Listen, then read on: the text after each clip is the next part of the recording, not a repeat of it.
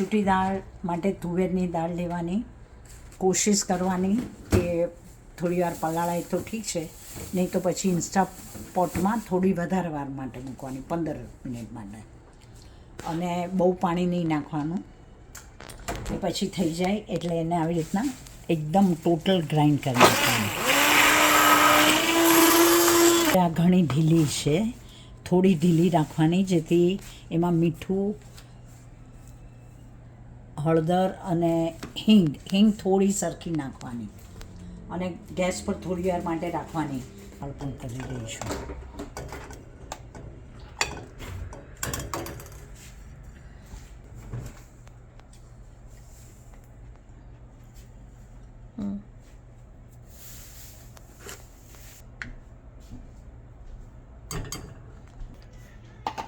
એક ઊંટ હિંગ દેખાડજો. આટલી દાળ છે, આટલી હિંગ છે. એક ઊંટ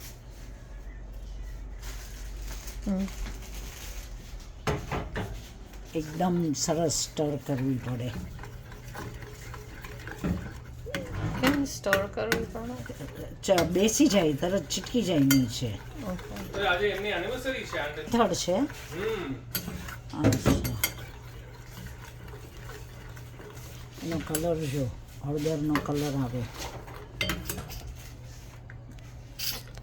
વિડીયોમાં કલર એકદમ આધાર. થોડી વાર રાખવાની, હલાવવાની ને. બાપરે, નાઈસ. થવા દેવાની. ફાસ્ટ આપે તો તરત નીચે ચીટકી જાય અને બળી જાય, એટલે ધીરા તાપે અને પછી જરાક પાછો ફાસ્ટ કર્યો, પછી ધીરો કર્યો, કારણ કે ક્વોન્ટિટી બહુ ઓછી છે.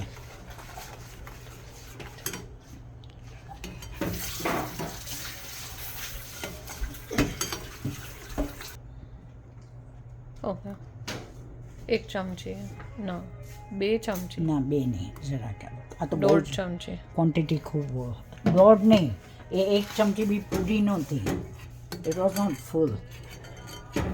1 મોટી ચમચી એવું ન હોય આશરે. હવે તને ખ્યાલ આવે બેટા? થઈ ગયું. ના, ઓકે, ઘી નાખીને પછી થોડી વાર કરવાની. જરાક વાર કરવાનું.